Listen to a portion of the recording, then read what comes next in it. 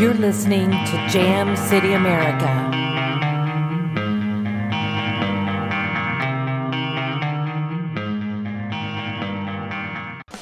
Welcome to the Vault Show. I'm your host, James Walsh. We got some great guests for you and great music, so stay tuned. We're going to have a great time. We're going to rock on out. We're going to play your favorite music and talk to your favorite stars.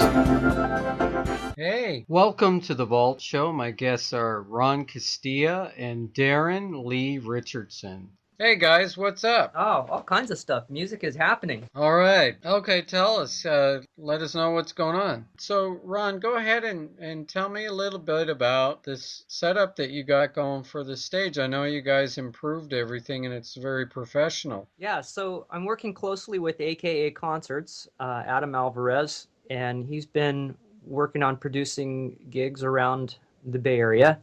Yes, I know Adam. Very, very cool guy. Yeah, very easy to work with, and he's intelligent, and he runs business professionally, and works off of not the old pay-to-play concept, but he brings bands in and pays them, and hopefully they work on selling the gig and getting people in there. But what we've just done, Adam and I went in partners on a very nice Allen and Heath 24-channel board. So we beefed up the AKA Concerts PA system to be able to produce national acts, and if anybody has a concert where they need professional sound done, we're available for hire.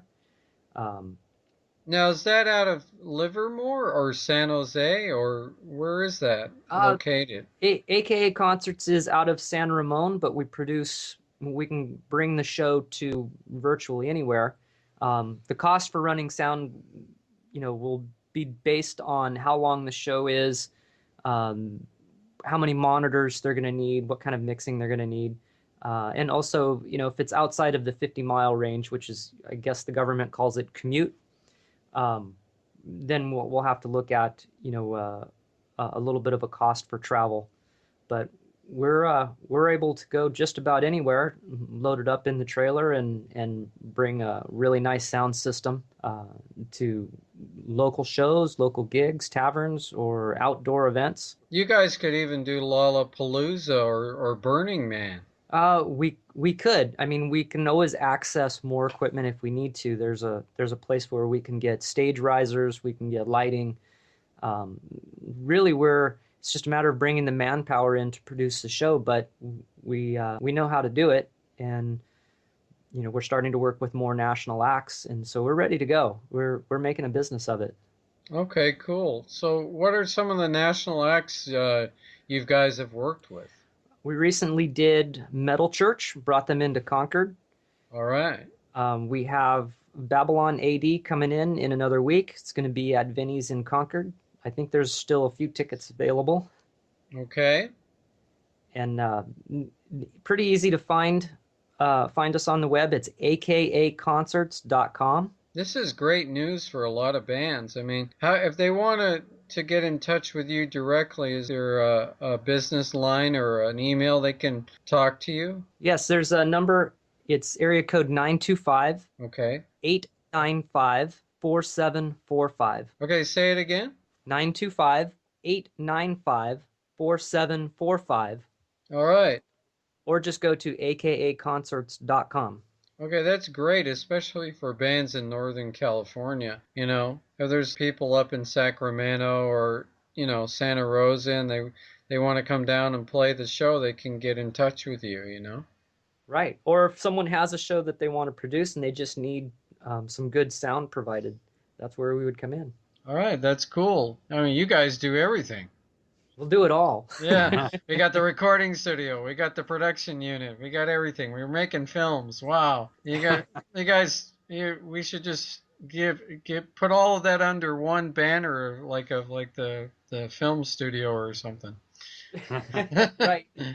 And just create a new logo and then just say, okay, Kickstarter program to raise money for the studio. Yeah. There you go. That's an idea. Okay, what's new? Well, we've got the songs that I've been producing and recording for the last 3 or 4 months done and mastered, and they're now getting out there. All right. So that's pretty exciting. As you know, Darren and I worked together on Mental Divergence last year, and I invited him to come in and sing on these other 3 recordings because I like his vocals and I like the way he sings, and he helped me substantially with the arrangement. Okay, so is Darren there too? Yeah, I'm right here. Hi. Oh, hi, Darren. Thanks for having me and having us. Since you're doing the vocals, are you also doubling on bass or keyboards? No, I'm not doubling on anything. I just did the vocals for the studio cuts, and I produced Mental Divergence. Oh, okay. So you at what point did you become a producer? I've been producing my own music at home for many years now, and I finally got it to a point where it actually sounds good. So that's a blessing in its own. Oh, that's great. That's good news. So at what point did you become like so proficient in that? Is there like a steps that you can take to become a great engineer or a great producer, or is it all intuitive? Probably more steps, a lot of trial and error, and listening to other people's opinions, and just working on learning more about software and the process in itself.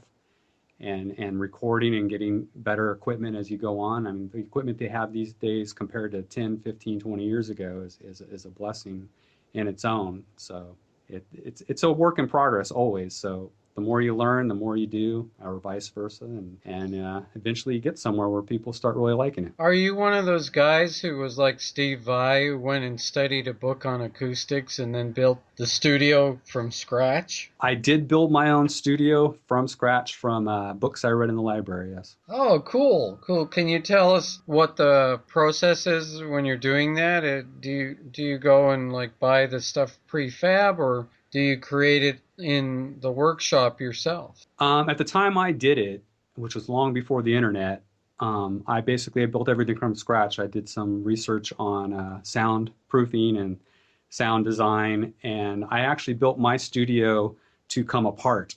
So when I actually moved from the house I built it in, I brought it with me. Oh, that's awesome. That is so great. I love that. Thank So you. you made the thing so it was like portable. It could go anywhere. Yeah, the walls come apart in about 8 different sections. Although I made it a little bit more permanent in the house I'm in now because I actually own that house. I first built it in a rental. Oh, okay, I get you. Now, do you just call it like Lee's Studio, or do you have an affectionate name for it? I call it Mozo Studios. Mozo? M-O-Z-O? Yes. Oh, cool. I love that. Now, if people wanted to have you produce, can they get in touch with you guys? They can. I'm pretty busy doing my own stuff most of the time. I don't really put myself out there as a for hire. If I could ever make money at music and do it as a living, I would definitely be open to that. But unfortunately, I have to have a job too. Okay. So you're like a man of many talents. All right, cool. What's the most important thing when you're laying down your tracks? Do you guys set up and record live like you're on stage? Well, when we did the 3 songs in addition to the Mental Divergence, that's pretty much what we did. I hired a bass player and a drummer that were really tight together, and we went in and we basically recorded it live. I did a scratch guitar track so that they would be playing with me, and then I went back in later and redid all of the guitar tracks where we really dialed in the tones. So it was a combination of live and then individual tracks as well. When you lay down the tracks, do you do scratch vocals and then you come back in and fly in the main vocal and then the harmonies? Not scratch vocals. Darren, I gave him the MP3s from just the raw studio mixes without vocals, and he worked on those at his studio, and then came into the studio for the lead actual takes and lead vocal tracks geared up and ready to go. So we were actually only in there about 2-3 hours. Oh, okay. So were these some tracks that you always play on stage every night or every week? Yeah, we do. I do have the live band playing these. Oh, okay, that's cool. I like that a lot. I always say that if you can sit down with a click on your phone and knock out something on the acoustic guitar and it sounds good with the vocal, just unplugged, when you go to full band, it sounds even better. Yeah, absolutely. Yeah. Ron, where do you want to take this? What's the next step? You've got this on Reverb Nation and on iTunes now? The songs I've got a couple of them on iTunes now. They are on Bandcamp, so people can go in and buy I think I've got 5 songs on there. They can buy all 5 for $4.50, or they can buy an individual song for $1. Oh, okay. Now, are you guys gearing up to do the videos, or have you already done them? Well, I believe Darren has an idea for the Mental Divergence video. Ah, okay. Tell us about that, Darren. Yeah, I thought of this, and this is when Ron and I were working on it more independently. He hadn't quite had his band there. So the thought process, I do video work with my son. We actually produce some films and stuff. So I have some video editing skills because of him, not because I ever wanted to be a filmmaker. But I have made my own music videos, and the idea I came up for Mental Divergence was a pseudo stage with some green screening of the musicians so that they could look like they're playing on a stage, and the backdrop is a film screen which can show all kinds of different concepts that go along with the song. And I even had the idea of maybe having some of the live video of his band performing as well, going in and out. I mean, it's sort of a idea. I did start a little bit of it, but I haven't had any more push on it since then. But it's probably something that will definitely come. Oh, okay. Now, what's the whole purpose of the band? I mean, was it just for fun originally and it's grown to be something more spiritual? Or where do you guys see yourselves a year from now? Well, I want to take the band as far as I can go. My original kind of business plan was get the songs recorded, get that laid out so that when I go to attract musicians, I have something that sounds professional. I get a better quality musician. And that's worked out pretty well.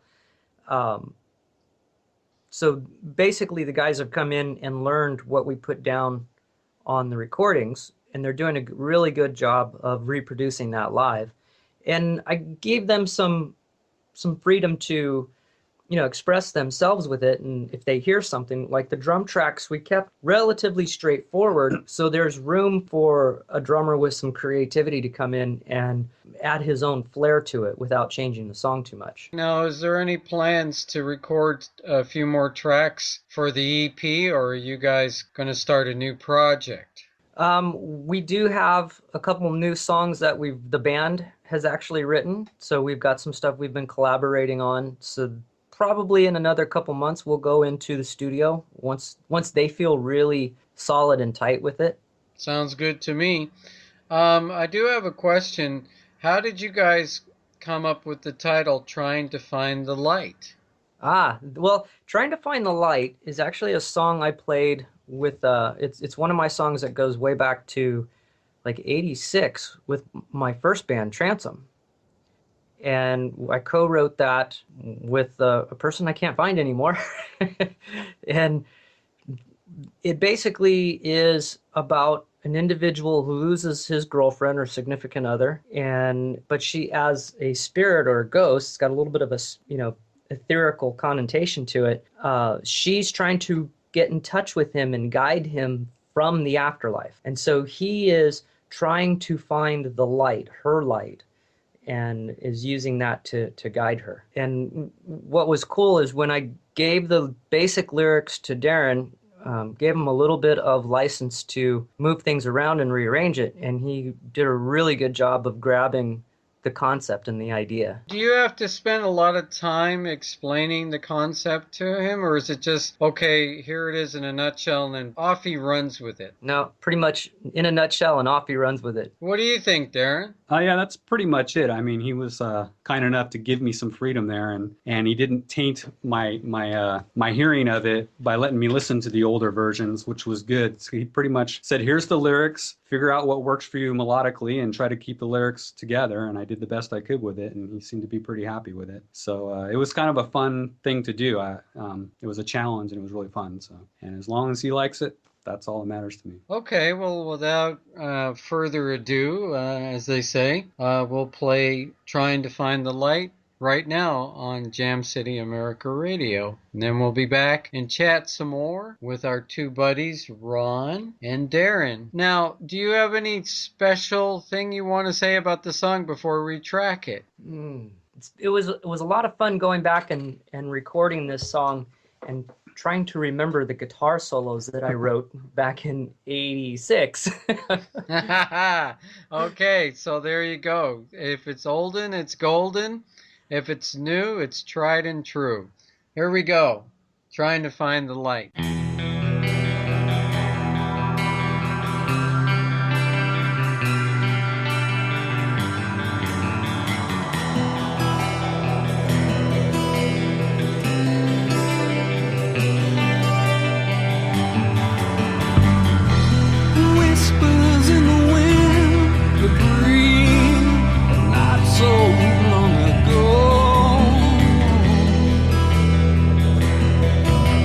Words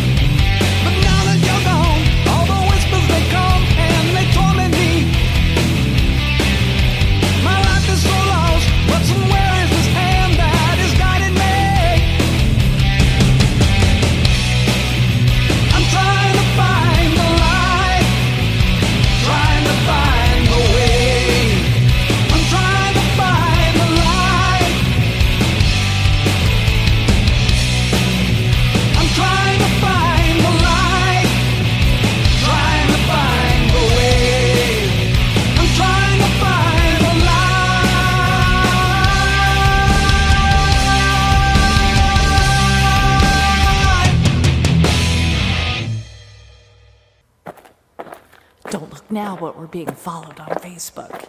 www.facebook.com/Jam City America Music. All right, we're back with our good buddy Ron Castia and his wonderful lead singer. His name is Darren Lee Richardson. It's his first time on the show. Ron's returning and chatting some more with us. I know you got a very busy schedule. You guys are very, very much into physical fitness. How important is that to a lead singer and a guitar player? Well, we're probably both on a little bit different pages. I'm, as a cycling coach and an active bike racer, I'm out there on the bike 12 to 15 hours a week. But I've found, I've got great stamina endurance when performing. In fact, 45-minute set, I'm just getting warmed up. Okay, sounds good. What about you, Darren? Do you do anything physical? Yeah, my idea of a workout is walking the dog every day. So I'm definitely on a different page with Ron. I'm not against exercise. When I do exercise, it's usually just getting outside and trying to enjoy the day with my family or something, or bike riding with my son. It's not anything I do continuously or repetitively in any kind of regimen of any kind. But when it comes to actually music and stuff, I get much more disciplined when I finally sit down and start working on it and try to do something more patterned every day. That becomes my exercise, trying to work my vocals, trying to keep them constant, trying to keep them up. And now I'm back playing the guitar again, which is fun. So with me, it's more of a what do I want to do and how often do I want to do it? Oh, okay. Now you guys, you put your music up on Louder FM and quite a few other sites. You guys are also on Amazon. I wanted people to know where they can find your music. You're also on iTunes. How important is iTunes nowadays since we have all these other sites? I think if you really want to get it out there, you have to utilize every resource you can. That's, for me, getting back into music in the last 2 years has been one of the great things. I really enjoy being able to have all these resources to have people listening to my music. We're on Radio Play. I think it's radioplay.com, and there's people streaming the music all over the world. And whether it makes money or not, for me as an artist, it's just amazing to be able to touch people all over the world. I mean, my mind kind of thinks of it like a network, and people are listening to these songs and fanning it and liking it, and there's a connection being made that these are people I would have never had an opportunity to touch their lives in any way, outside of that. Did you guys feel like with projects like Dissident Souls that you were taking something to the fans that has more value than just the pop of people like Christina Aguilera or somebody such as, Ozzy Osbourne, who's kind of old school? Well, I'm a little humble in that way. I enjoy writing my songs. I think Darren's kind of in the same way. And if we get a chance to express ourselves, even if it's just as an artist, sharing my music with people, and if they're enjoying it, I mean, that just gets me fired up. Yeah, well, I don't know if you're aware of it, but I did read a customer review, and it made me stop and just go, holy cow, this is quite a compliment. One of your fans is a guy named Leo Ryder, and he said, wow, amazing, refreshing, 5 stars. I have not heard music this good in a long time. It's great to hear, a great arrangement and musicianship. This has been missing from the music world for a long time. That's quite an incredible compliment. Yeah, that I know you can't see my face right now, but I have a pretty big smile on it. Well, everybody looks good on radio, Like even Rush Limbaugh can look good on radio if you turn off the camera. Nothing against anybody, but I'm just saying, he's not exactly a fitness guru like you are, Ron. He's not out there biking 15 hours a week. It's more like he's hitting the donut shop or something. But yeah, go ahead. I want to jump in. Leo is kind of hitting the nail right on the head with my intent of the music. And as I'm out there and helping, manage and produce gigs, doing sound, I'm really getting positive feedback, just even if conversations I walk by and hear people talking. Um, the drummer from Metal Church and the drummer from Restrained, great band out of Sacramento that I've worked with on producing the shows. We're talking in the green room, and their conversation essentially was, there is a new movement of music going back to the melodic styles of the 80s, where there's more put into the songs rather than just hard and heavy. There's actually some, melodic intent there, and the people are starting to go back and go, we had some great music back in those days, and it's great to see it coming back. And of course, being brought up to date with the new tones and equipment that we have these days. Yeah, I mean, there's two schools of thought there. There was like the GIT school of thought, which is you should know everything, know all your theory, know all the chords, have a roadmap of the neck on the guitar. And then there was the other school, which said, forget all that, just be creative and be like an art student, But I remember a friend of mine said to me, one band he auditioned for, they said, do you know 5 chords? And he said, yes. And they said, you're in. He was like, really? I said, I haven't played anything yet. And they said, we don't care, just play. It was like that freedom was there, But then if you went into GIT and you couldn't play 90-mile-an-hour lead guitar and like Steve Vai or somebody, it was like, you are crap. You are crap. Go away. And I can remember, like, he said that he felt so intimidated the first couple of weeks, but after a while he was like, they can't write a song, but I can write a song. So he felt okay. Yeah, there's a balance. I think there are people who are fantastic technicians, and I think there's a place for everybody in music, but then there's people who can just listen to a song. I personally don't really know a lot about theory. These songs were written, 30 years ago. They've been in my head all this time. Mental Divergence was something I've been playing around the campfire for, 20 years. And it's not on paper anywhere, unless Darren has put it in there. Well, are you guys like old school where you keep, things on paper, you print it out from the computer, or you write things down by hand in a notepad, or how do you work? I'll record. If I come up with a lick that I like and it's going to turn into a song, I'll just record it. Ah, okay. Just to clarify so people know, Mental Divergence is a song you wrote, and the name of the band was Dissident Souls. Although that could also be a great title for a song, too. Correct. Right. Yeah, right. Okay. Where do you want to go now with the recording studio being so wonderfully refined and it being it's like your second home now? Are you guys going to be like a video band for the most part, or are you going to be a touring band for the most part? That's a really good question. I don't know. We'd like to get a really good video produced, and it seems like Mental Divergence would be the first logical step.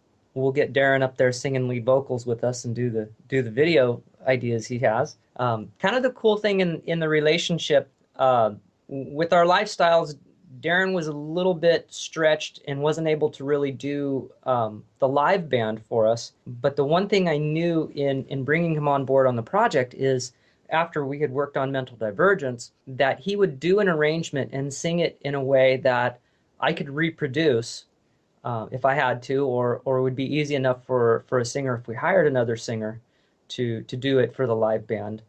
And as it worked out, I'm starting to get better at my lead vocals. So essentially, the band has voted me lead singer to avoid bringing a fifth unknown into the picture, and it becomes much more manageable. And now I'm starting to really enjoy it and advance. Oh, well, that's very, very cool. Yeah, I remember reading in Music Connection, somebody said, if you can play the bass and you can play guitar, and then maybe double on keyboards, you can get more gigs. But if you can sing harmony, you're going to get a lot more work. Absolutely. A lot more. Yeah. Say that again? Absolutely. Yeah. What about you, Darren? Are you going to direct the video and storyboard it? How are you going to put it together? Well, I already have the basic idea. I mean, with music videos, you don't necessarily have to storyboard. It doesn't necessarily have to have a story, but it has to have a theme. So the idea in my head is going to be more about it's going to look like a live performance, but it's going to be sort of affected in a way that it's also a visual of its own title, Mental Divergence, where it's sort of distracting you. And that's, to me, the idea. I mean, Ron had the music the whole time, and that's kind of how we connected. And I asked him, what do you want me to do? Is there anything you want me to work on? He said, well, I always wanted Mental Divergence to kind of be finished. And I said, okay. And he said it didn't have to be named that, but I liked the name so much that it just hit me with this whole idea of the media distracting you and taking you away from what really could be your life, and kind of speaking out to younger people or anybody who's willing to listen that don't be distracted with the things that are out there.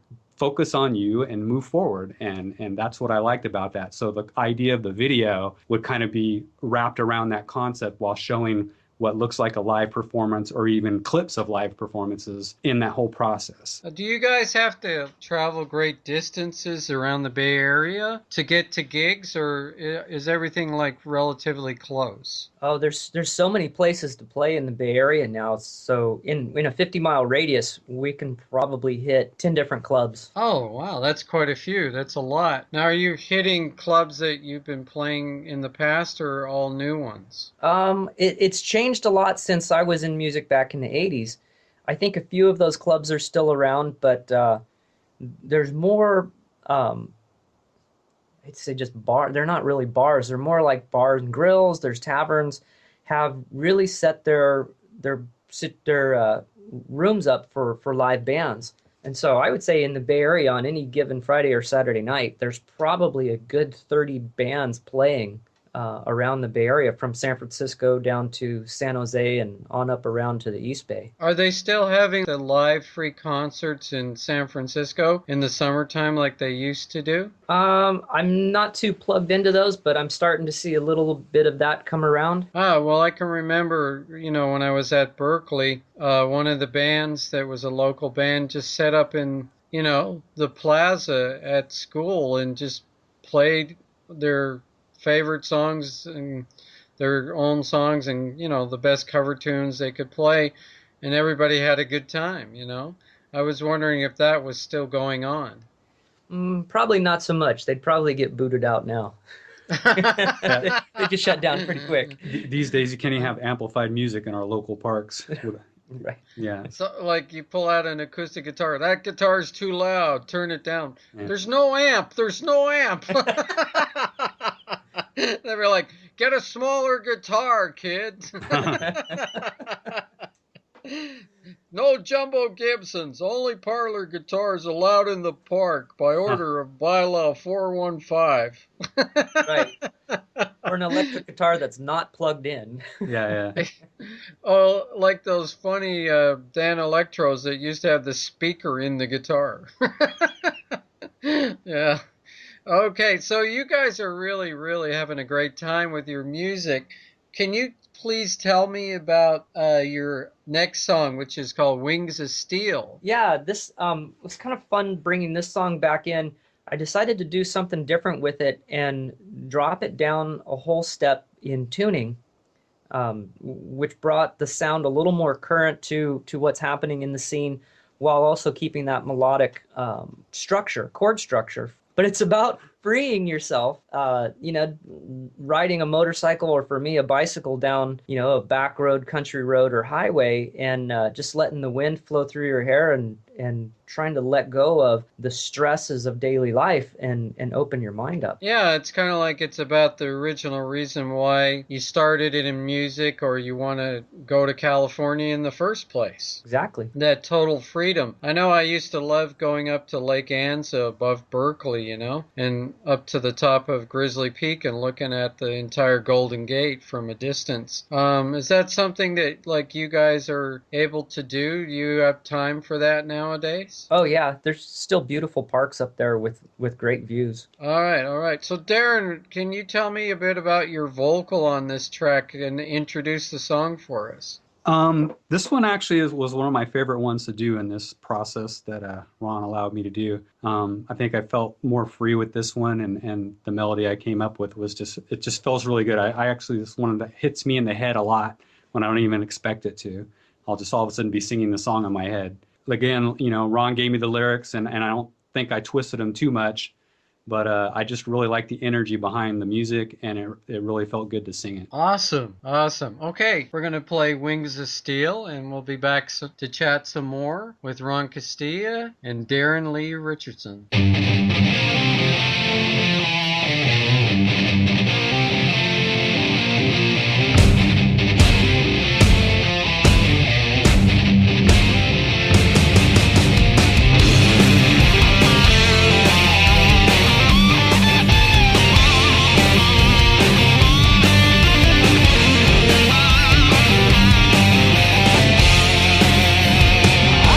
Burning down that lonely road on wings of steel. I've got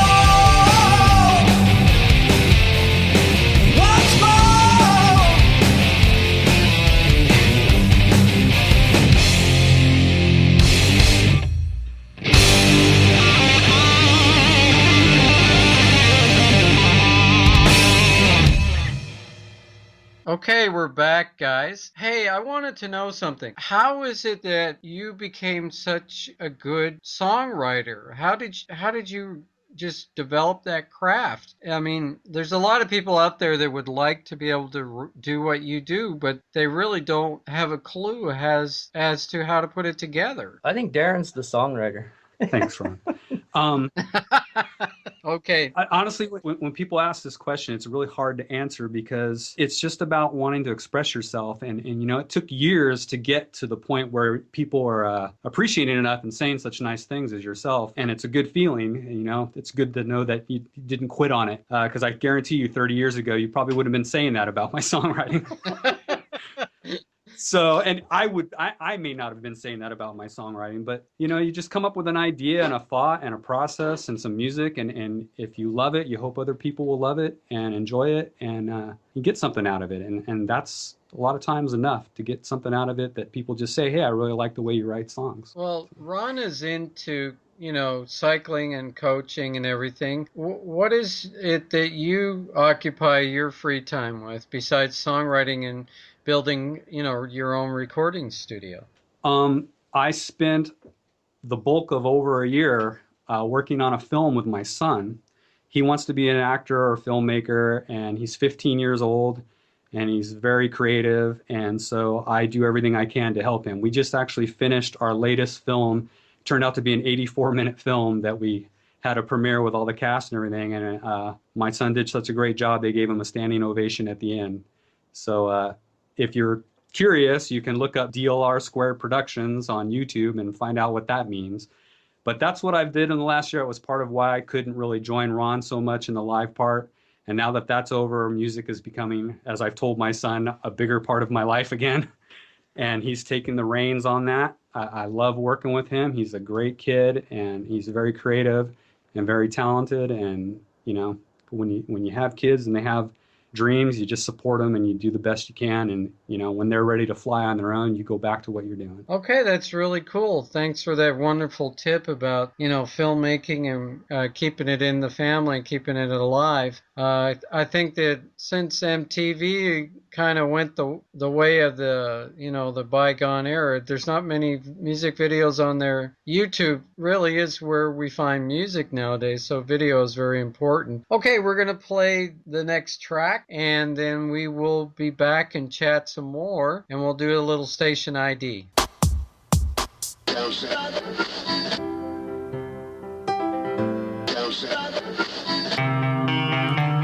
You're listening to Jam City America.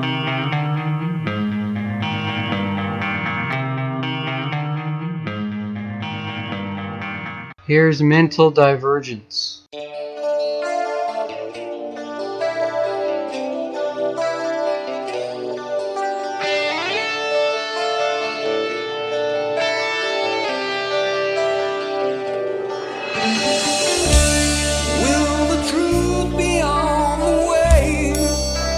Searching every day, it's a digital alliance. So they say, what's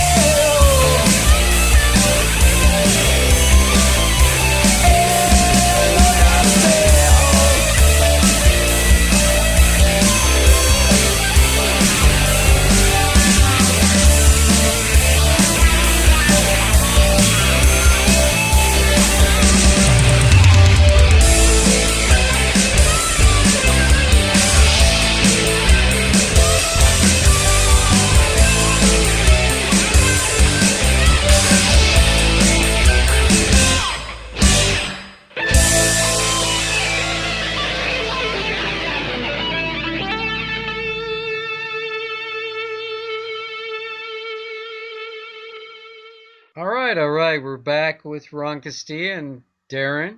Hey, Darren. Um, when you decided to get back into the music, did you have to do a lot of training and warm up exercises to get your voice back in shape? Sort of. I take an approach. I do a little warm up before, but I always tell myself don't do too much at once, especially when you're first starting. I like to work up slowly because the last thing I want to do is have tendonitis or something in my hands, Right. or get a hoarse throat, a hoarse throat, like now, and not be able to sing for 2 weeks because I pushed it too hard. And I find if I do that slowly, one little bit at a time, within a couple of weeks, I'm almost more than halfway back, and then the rest is just discipline and continuity, and I can get back to where I am. I'm working on some old recordings and new recordings right now, and it's been about a month since I started working hard at it again, and I'm probably 70% back to where I hope to be, and the rest of it will probably take 3 or 4 months. Oh, okay. And So, I'm getting ready to do some open mics probably at least pretty soon. okay, how important is it to go around, with your guitar and your voice to the coffee shops in the Bay Area and play your favorite songs? It's pretty important. I mean, especially if you're considering getting back out and playing in front of people to get those butterflies going and try to get rid of them as fast as you can. Because that's usually the hardest part. That first song is always the most nervous song, and then once you fall into your comfort zone, then everybody kind of joins along with you, and then it becomes fun. But getting out there and playing in front of people is the best way to get it out there. So, I mean, it's fun. Oh, I love that. I love that. You guys are also on ReverbNation.com/Dissident Souls. I know that, it's pretty much a hard rock band. Do you consider yourself heavy metal or modern rock? Oh, that's a good question because the genre for metal has actually changed. I mean, I almost consider the music classic heavy metal. If you want to use, some people don't like the term classic, but I think it does kind of draw a line of, if you were to say, oh, we're a metal band, by today's standards, this music probably isn't hard enough to be considered quote unquote metal. It's kind of a mix. Well, I can remember. Oh, go ahead, Darren. I mean, Ron's guitar work is definitely in the metal or the melodic 80s hard metal type of stuff. But then the vocals he allowed me to do, I'm not necessarily that type of singer. So it brings in a little bit more of a mix. I prefer to call anything I do just rock music and let everybody else figure out what it means. That works for me. There's just too many descriptions out there now. Yeah, there used to be like 5 genres or 10 genres. Now there's 100. Yeah, because the stuff I do myself, I do a lot of acoustic and a lot softer stuff. And then I even have some older stuff that still falls in line with what Ron's direction is. And I'm hoping to get some of that done and out there in the better productions and just put it out there and let people decide if it's metal or if it's country rock or whatever they like. As long as they enjoy it, that's all that matters. That's it. That's it, exactly. I know that with Ron's song, It Ain't Joe, that people thought it was Satriani playing. And, he was like, no, it ain't Joe. Thus the title, right? But definitely that 80s kind of shredding and, melodic approach definitely shows up in your music. Yet you seem current anyway, and I know that you guys have been all over like San Jose, Livermore, Berkeley, playing your music, and it's been well received. Are there any plans to go down to the Sunset Strip and play the Whiskey or the Viper Room? Oh, absolutely. A few weeks back, we played with a really good band out of Hollywood called Skin Mask. We're hoping to, that's how you build your network of getting out of the area gigs, is you get them up here, you play with them, and then they kind of help you get a gig down there. And so you reciprocate. Yeah, exactly. It's like they help you, then you help them, and it grows from there. I know that with No Doubt, they were playing around Anaheim, and then somebody said, hey, you can come up and play this gig and open for us on the Sunset Strip. And they were like, we can? Really? And they were like, but we're a kind of a ska band. And they were like, we don't care. We're going to play anyway. And they thought they weren't going to, they thought they would be booed off stage. But people were open-minded to new music, and it seems like it's always been that way in California. I know that on the East Coast, for a long time, hard rock was really what people listened to, but then it opened up to other genres, and it continues to grow. I noticed that you guys are ranked number 4 on Reverb Nation. That's a pretty good ranking. Is that something that Darren and you follow, or do you not pay any attention? I pay a little bit of attention to it. We were at number 1, so me 4 is really bad. Oh, God. Now I wish I didn't bring it up. Oh. Well, it's funny, Reverb Nation, I mean, part of it is staying involved. That's part of how you keep your numbers. And it's hard to do that. I mean, I haven't done it for my Reverb Nation in well over a year, and I was well over 40. And now that I'm getting back and I'm posting things, I'm like at number 9 now. So I'm catching up to you. You were at 5 just the other day. I was. You were I didn't catch that one. You were right up on us. So Darren has his own page, and we're both sharing the songs since it was collaborative efforts. Part of our arrangement was once the mastering was done, is he was going to include them in his library, and I like that because that's just more avenues and resources to get the music out there for people to hear it. Yeah, I looked at Darren's page and I got a kick out of how he was like playing the guitar and he's out there in outer space.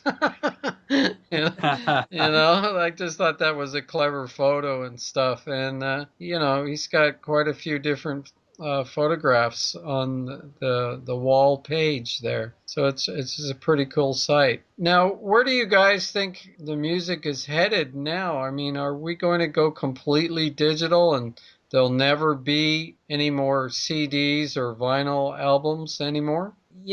I think it is getting really close to that. I had a conversation at a gig with some other musicians, and I was looking for advice, like how should I print or distribute CDs? Where should I have them produced?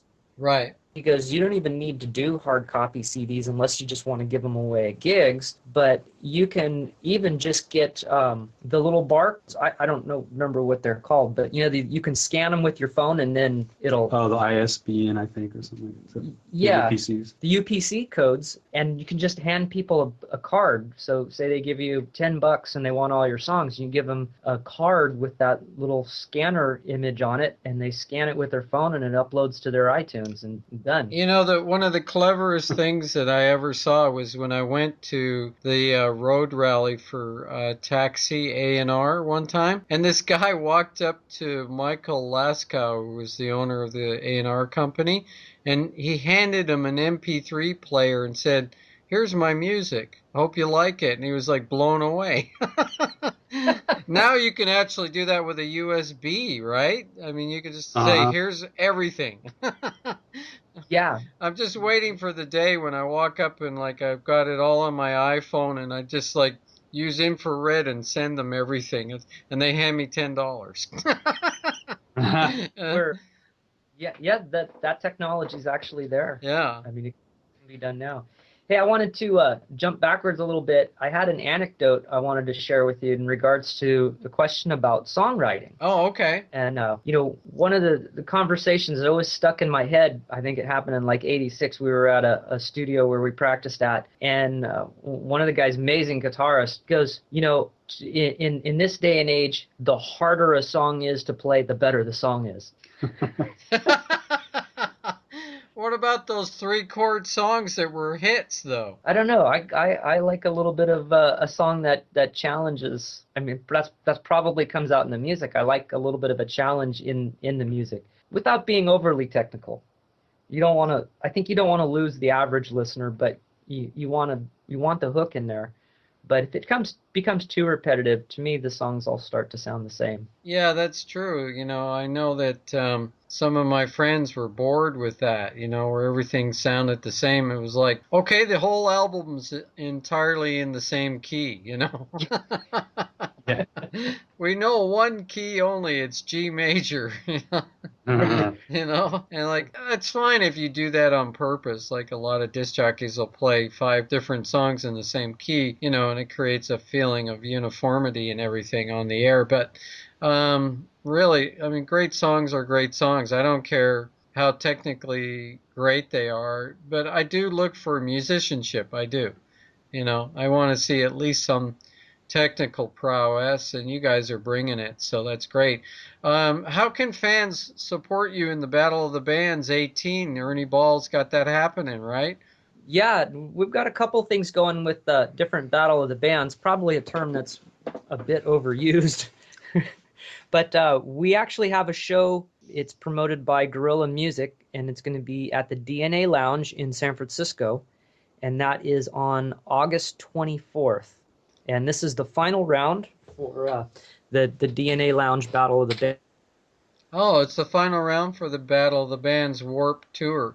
Why do they call it Vans Warp Tour? Different Battle of the Bands than the one we're playing on August 24th. Okay, so explain. The one at the DNA Lounge on August 24th is promoted by Guerrilla Music. I've heard of them. I've heard of them. And it's actually relatively big company that's promoting Battle of the Band through live shows all around the nation, actually. So we're doing the San Francisco version. Oh, okay. Are there any plans for you guys to do a tour of the Hard Rock Cafes? If I can find a connection to it, yeah, that would be great. Would love to. If anybody can find a connection, it'll be Ron. This guy amazes me at how he gets people to be engaged. He just has that knack for it, you know. He does. Yep. Yeah, I'm hoping he'll take it all the way. You know, I could reap some benefits from that. Oh, okay, cool. There you I go. like that. I like that. You know, I can tell you that there was a lot of ads last year and this year about Hard Rock Calling and stuff, and you can enter that, I know. And some people went over to England and played. They opened for Springsteen, you know, on the big show, and McCartney was on that show too. So, you know, that is happening. But there was a lot of auditions in South Florida too. Down around Miami and Orlando, they were auditioning for people to play in the Hard Rock Cafes, and that was happening. And Orlando's a happening place for bands. It definitely is a great place for filmmaking too. Nice. You know, it's definitely worth checking it out, looking online, seeing what's going on.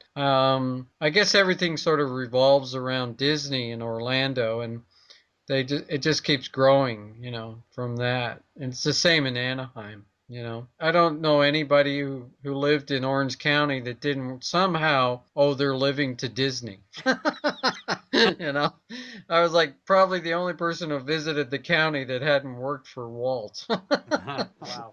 You know, not officially anyway, you know. But great music, guys, great music. Okay, so let's play Fade Away.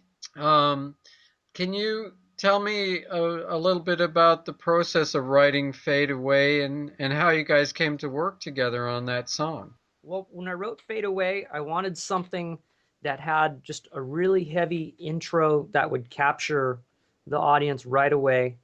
And then I wanted something that kind of transitioned into, I would say, inspired a bit by Iron Maiden's cadence that they would have in their songs. So it would be fast, but not speed metal fast. Something to make you get a ticket on the freeway, probably, but not something that would make you crash. Not put you in jail. Why were you speeding, Mr. Castia? It's all Iron Maiden's fault, and I blame it on Sammy Hagar, too. Right. I was like, if you give me 2 free tickets to your show, I'll let you off with a warning. There you go. You know, I know those California highway patrolmen, they would always ticket the guys and then give the girls a warning, you know, and then ask for a date. Right. Not unusual, right? And if you were driving a classic Mustang, then they pull you over just to talk about the car. Right. And try to buy it off you. They collect them, right? Exactly. All right, so let's get into this great song, Fade Away. Darren, what's your take on it? This is another one that Ron just, you know, gave me some license to work on the vocals and stuff. And one of the 3, it's probably my second favorite to play. This one comes in my head a lot too. The chorus part of it is really fun and energetic. You know, I just thank Ron for asking me to join in and give it a shot. All I can say is it's his song, and I got to be part of it. Yeah, All right, cool. I really Tim Narducci, the engineer that recorded most of the tracks and mastered everything, did a great job on capturing something that I hadn't even given him an idea on with the vocals saying fade away. He actually put some effects in there that the vocals tend to taper off and fade away with a little bit of delay in chorus, and I thought it was actually brilliant. He kind of blew me away with it and surprised me with that. All right. Yeah, one last thing is I believe this is the one Ron asked me to do a Rob Judas Priest Rob Halford. I was going to say Rob Halford, but I didn't want to be wrong. Rob Halford ending with the way I sing the last notes of it, and he challenged me to do that day in the studio. And I actually think I pulled it off pretty good. When I hear that, I'm like, wow, I actually sound like I did that. All right. So it was a lot of fun. A lot of fun being challenged and a lot of fun doing it. All right. Very good. Very good. Okay, we're going to track Fade Away now, and we'll be back and chat a little bit more and wind things up pretty soon. We're coming down to the end of the hour. I want to really thank you guys for all the great insights and great conversation. Thank you. Yeah, it's our pleasure. All right, cool. Here we go.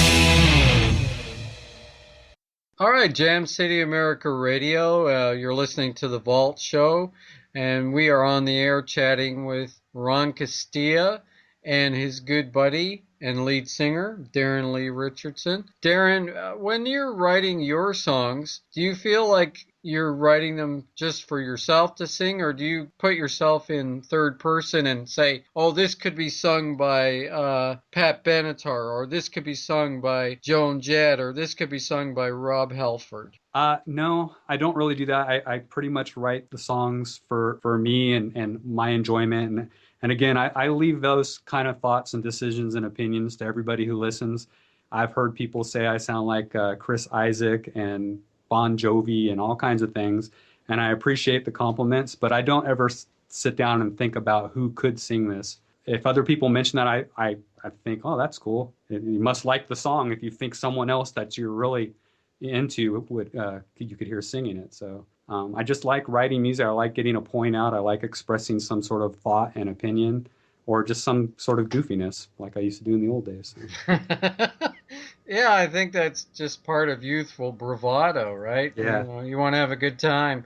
You want the fans to have a good time and say, you know, when they go home, you want them to say, yeah, that was worth $50 or whatever they paid, you know. They had a great time. Now, can people find you guys on Twitter and Facebook? Where would they go and look? Well, Dissident Souls and myself, we're everywhere. Everywhere we can find to plaster, we will. Okay, that's cool. That's Yeah, I think every independent band is doing that anyway. It's normal, you know. There you go. Hey, I wanted to throw this out there. One of my favorite songs, I know Darren did it for fun and probably a little bit in jest, but I'll go back and watch the video and listen to it. It's a song called I Hate My Tie. And honestly, I think anybody who's worked in the corporate world could probably relate to it. So go to his Reverb Nation page and his YouTube and check out that song and video. It's pretty cool. Yeah, that would be awesome. That would be awesome. My son and I did that video. It was the first video we did together. Ah, okay. So, what's your son's first name? Dustin? Dustin. Yeah, like Dustin Hoffman. Oh, okay. Yeah, they used to tease Dustin Hoffman a lot. They call him Dustbin and stuff like that. I bet you didn't know that. No, I didn't. Yeah, he was saying that in an interview in Rolling Stone. Do you have any tips about the studio for us? I know, Darren, you've developed this over the years, and it's been a labor of love, and you now have it exactly the way you want it. Do you have any insights or tips for young musicians who maybe were thinking about putting together their own studio? Yeah, probably. Let me just clarify, though. The one song that was recorded and produced in my studio was Mental Divergence. Right. The rest of the songs go to Sonic Room. Sonic Room. And all the guitar leads were done at ProView Studios. Right. So, I mean, I appreciate you giving me credit for all of it, but I don't want to take credit for all of it where it's not due. So Mental Divergence is the one that Ron and I worked on together in my studio and was ultimately finished by me. And for people upcoming and wanting, you know, depending on where you're at, it's kind of hard to say. Always try to improve on yourself and always try to take the next step and never really give up. I mean, if you want to have a studio, always improve your equipment if you can, you know. The equipment they have these days, I mean, I'm paying far less for equipment that's far better than equipment I paid for years ago. So, you know, always be willing to learn, always be willing to move forward, and always be willing to take criticism and move with it. Well, definitely Pro Tools is the industry standard, but I've had friends tell me that they prefer Logic Pro. Yeah, I use Sonar myself by Cakewalk, and I love that tool. I have a family that are in studio engineering and audio engineering and film engineering as for their living, and some of them don't actually care for Pro Tools. It's very specific hardware-wise and stuff. For the home user, for the professional user, it's definitely what a lot of them are using. Yeah. There's another option out there for the home studio that's a bit less expensive, and it's called Reaper. And for, I believe it's a $65 individual license, meaning you're not a professional studio. You get all the bells and whistles that would normally come with Pro Tools for about $5,000. So you for a $65 package and individual use, you virtually have everything that a professional studio would have on your laptop, and then you just need to get a good USB interface device, and you're rolling. Well, I know that GarageBand is going to actually, it went from being on the laptop to being on the iPad, and then it's going to be ported to the iPhone pretty soon. So I found that that was easy for me to learn. Like the learning curve was 5 minutes, you know. Pro Tools, huge learning curve, you know. Well, and that's the thing. You should start somewhere where that you're comfortable, and like I was saying, always move forward. And once you get good at that, and you can take the next step, if you want to make your recordings and your studio that much better, then go to the next step. It's always a continuous process of improvement. Exactly. I know that once you have your 5 gazillion plugins and stuff, and you've had fun playing around with all the different funny effects, you can really start to pare it down. And well, for me, I just found that I went back to the same 5 pedals I started with. You know? Right? And then when it was virtual and it was like on the iPad or whatever, I was like, well, this is cool, you know? It was like fun time. Right. So that's the name of the game, is to have a good time. And I certainly still go back to the acoustic guitar, pure, no effects, you know. And do you guys consider yourselves artists and filmmakers and dads that make music, or do you think of yourself as music melody makers? Probably the first one. Yeah? Dads first, right? Yeah. Well, I mean, I think we both. I owe getting back into music to my son Dylan. I think we talked about last time when we got together. If it hadn't been for him inviting me to sit in for him for his band, I probably wouldn't be doing what I'm doing right now. And I probably wouldn't have met Darren, because we met through Reverb Nation. And of course found out we had the same stomping grounds when we were kids and knew all the same people. But never each other till now, which is really strange. Yeah, well, it's like 5 degrees of separation or something, right? It's probably 2. Right. Oh, even Or closer. even 1 if you count Monica. Monica, yeah. And Martin. Oh, okay. Well, there you go. So- You were just in competitive bands. That's all. Yeah. Well, it turns out that, you know, one of my wife's best friends and the family, she's known them, you know, she was in our wedding, and Darren is good friends and was best friends with her brother and of course her. So it was like, wow, how did we not meet 20, 30 years ago? It could have only been that, like, you were walking out of the club before he walked in. That's all it was. Could have been the house that they lived in for Right. all we knew. He could have just left a half hour before and I drove up. It really could have been that possible. Yeah, it's amazing. It's amazing. I remember hearing Jeff Lynne was in Encino, and he found out that Tom Petty lived a block from his house. And they'd been like living almost on the same street and never knew it, you know. So, you know, it's like probably there 10 years before they bumped into each other. That's awesome. I said, hey, do you want to play some music together? Sure, yeah. Sure, let's jam. You know. All right, so I want to thank you guys for being on the show. It's been a pleasure. And we're going to play It Ain't Joe, of course, because you brought the song up and we've talked about that a few times before. We want people to be aware of it. It's a great song, great track.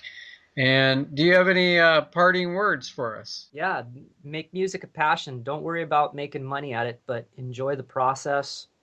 Practice. If you're going to record, practice to a click track.